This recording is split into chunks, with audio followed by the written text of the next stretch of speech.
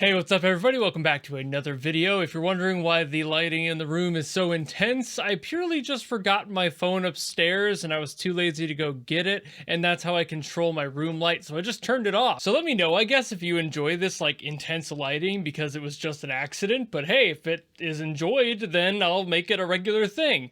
Anyway, this is I Will Touch the Sky. I don't know anything about this song. Nobody really even asked for this one that I saw. I think I saw a comment or two about it, but it hasn't been like highly requested. It was just on my For You page, and I'm like, sure, I need an Arknights song today, so here we are, and let's go.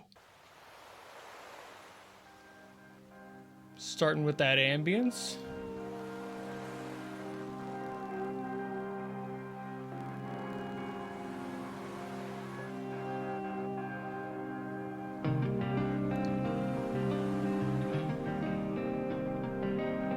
Ooh.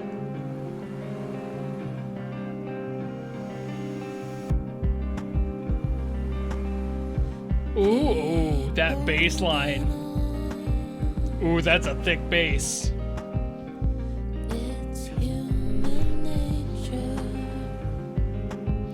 I'm digging that. That's a great tone. It's almost sub-bassy.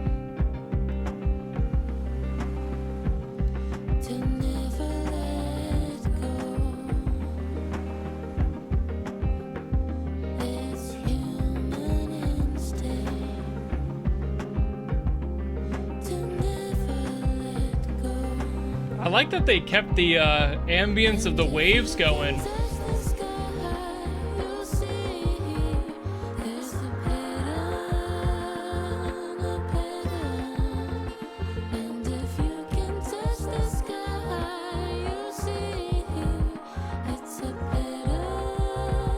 It's a beautiful harmony.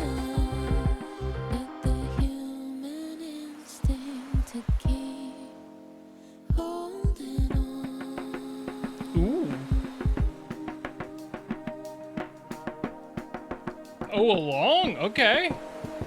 A long bridge. Ooh. Ooh.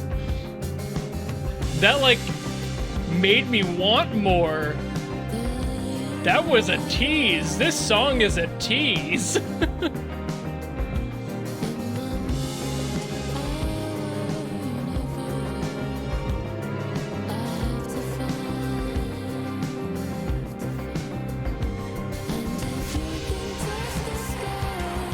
Ooh. Ooh, a beat change up.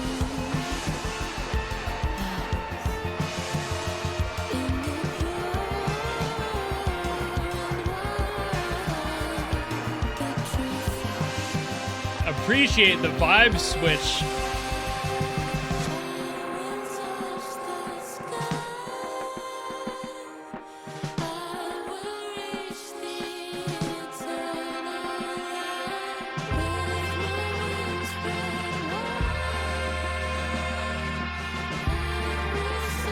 We got marching snare in there now.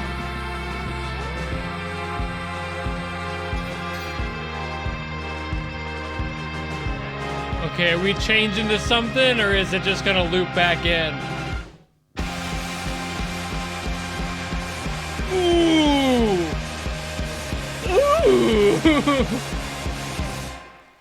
7, 6, 5, 4, 3, 2. Dude, that is so cool.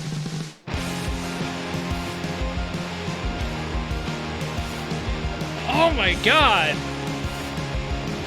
Oh, and of course, the event horizon. Make it a little more obvious.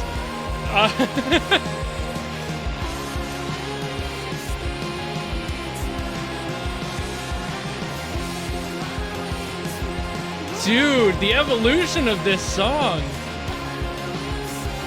They're stepping up their visual game, too.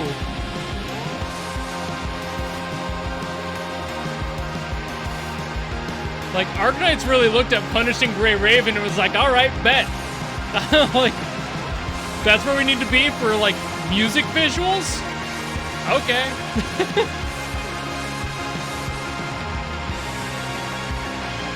Love that opening. opening up the song here at the end.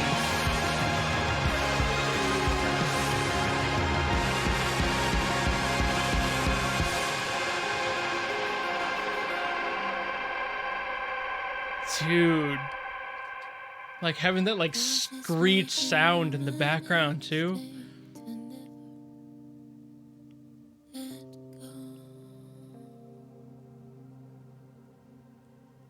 Yo, dude, what the hell?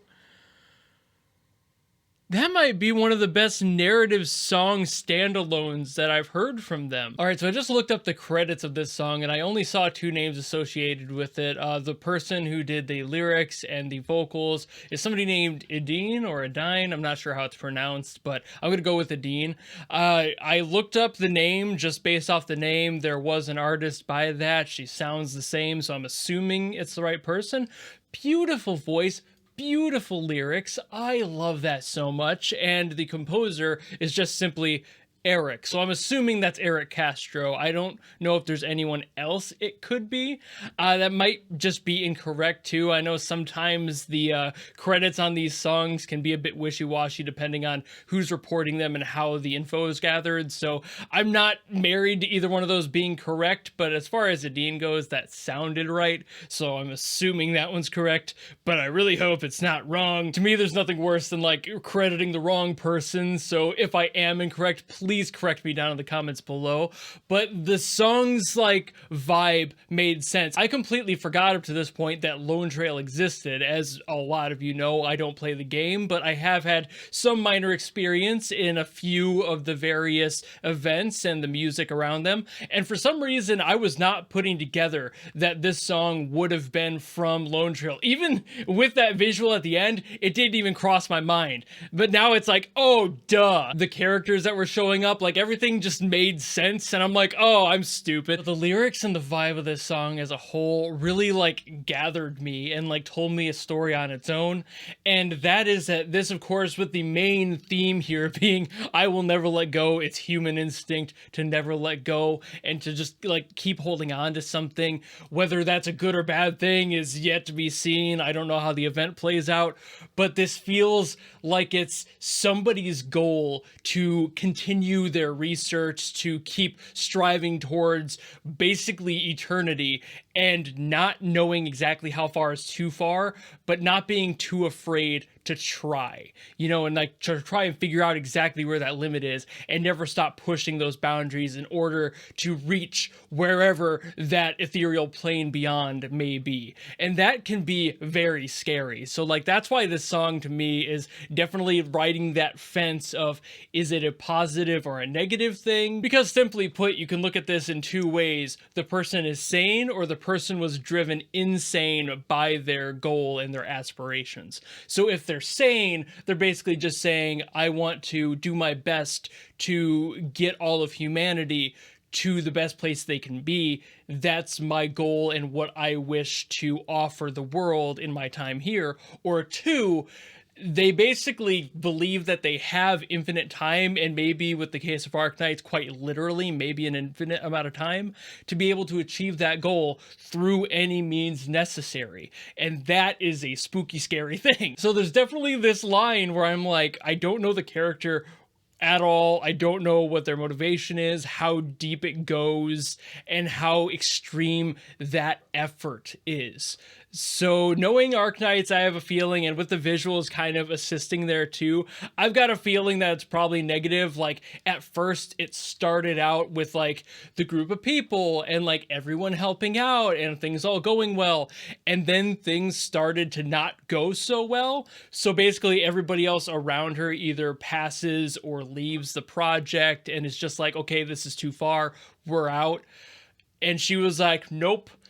It's my nature to move on. And I think she's imprinting that like concept of her own onto everyone else. Like she believes that everyone should or does think like this. Therefore, this is all justified no matter the means of reaching her end goal here. And while I'm not entirely sure what that goal is either, because that's pretty vague just based off the visuals, I don't have much to go off of there. Seeing the event horizon in the latter half makes me think she's literally willing to go to the ends of the universe and in order to achieve this goal.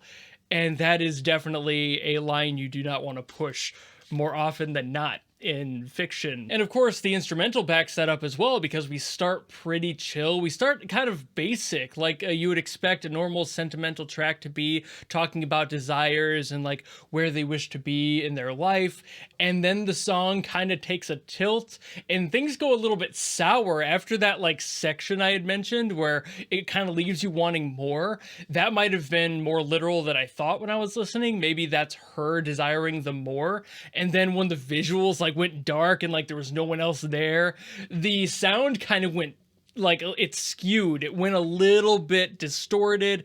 There was some dissonance added to everything. It started getting a little bit more crunched and like the harmony was basically gone underneath a lot of that. Of course, it still had the melody, but everything supporting it was falling apart. And I think that that ended up being pretty literal.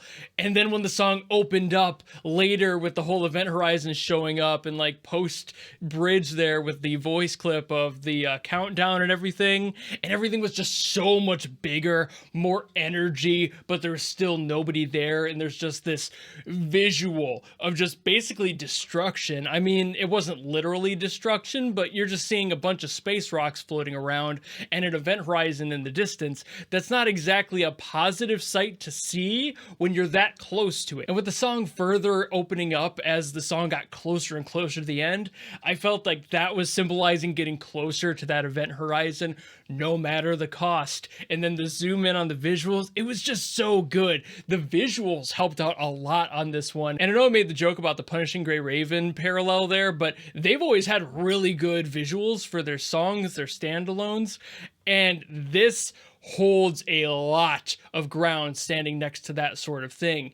They're putting a lot more of the narrative into these visuals. They used to have a little bit with their like 1 or 2 scenes at max, and they would be pretty stagnant and there's not much movement going on, but they have so much more production value on them now. And that helps push the narrative even further. It helps support all of that. So it helps people like me who don't know better and new players who haven't quite learned all these things about the characters too. Like it is so beneficial to have all those visuals supporting the music, and I love that they're doing that. I just was surprised because I'm really not used to that much support from the visuals for them, but I love it and I think they did a great job there doing that. But all in all, I think that's about all I've got to say, so thank you all so very much for watching. I realized I never mentioned this. I'm having a finger thing. I've got arthritis. What do you want? I'm old. Call me grandpa, okay? It runs in my family. I can't do anything about it. But if you have any other songs you want me to get to from Arknights or otherwise, leave them in the comments below like always, and I will do my best to get to them. And otherwise, if you just like this video and you want to follow me and support me for more in the future, you know how to do all that, and I will see you in the next video. Goodbye!